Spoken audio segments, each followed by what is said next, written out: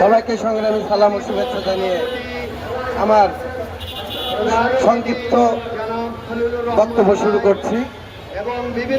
আজকে এই কারখানাটা যেটা বিষয়, আলিফ গ্রুপের দুটি প্রতিষ্ঠান গাজীপুরে, এই দুটি প্রতিষ্ঠানের শ্রমিক সংখ্যা প্রায় 2000-এর কাছাকাছি।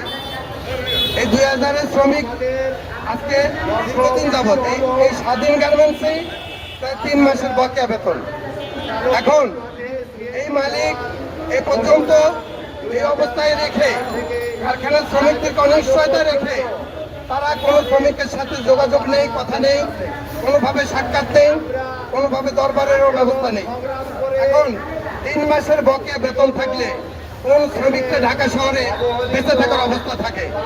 আজকে সরকারের কাছে দাবি জানাচ্ছি, ইমিডিয়েটলি এই প্রতিষ্ঠান দুটির বিষয়ে নজরদারি করুন এবং এই কারখানার শ্রমিকদের সমস্ত পাওনা দিয়ে আইনগতভাবে আমরা বেআইনিভাবেও কোনো কথা বলতে চাই না।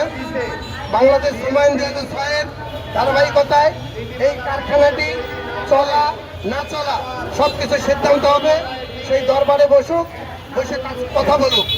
এখন শ্রমিকরা অনিশ্চয়তা আছে, এটাই হলো সবচেয়ে বড় বিষয়। গত পরশু দিনে এই কারখানায় তারা এক ধারা নোটিশ লাগিয়েছে। আমি যতটুকু মনে করি, কারণ এক ধারা নোটিশ লাগাইতে হলে অবশ্যই আইনে কিছু সংক্ষিপ্ত বিষয় বলা আছে যে এই ঘটনা ঘটলে তারা এক ধারা নোটিশ লাগাবেন, কিন্তু এই ধরনের কোনো ধরনের ঘটনা নেই। কারখানা কিছুদিন থেকে বন্ধ আছে, হঠাৎ করে গত পরশু দিন তারা এক ধারা নোটিশ লাগিয়েছে। তো এই নোটিশ আমার জানা মতে আইনের কোনো জায়গায় পড়ে না এবং এই নোটিশ প্রত্যাহার করে কারখানা খুলে দিয়ে আমাদের শ্রমিকদের বকেয়া দেনা পাওনা পরিশোধ করে কারখানা সুন্দরভাবে পরিচালনা করুক, এটাই আমরা চাই।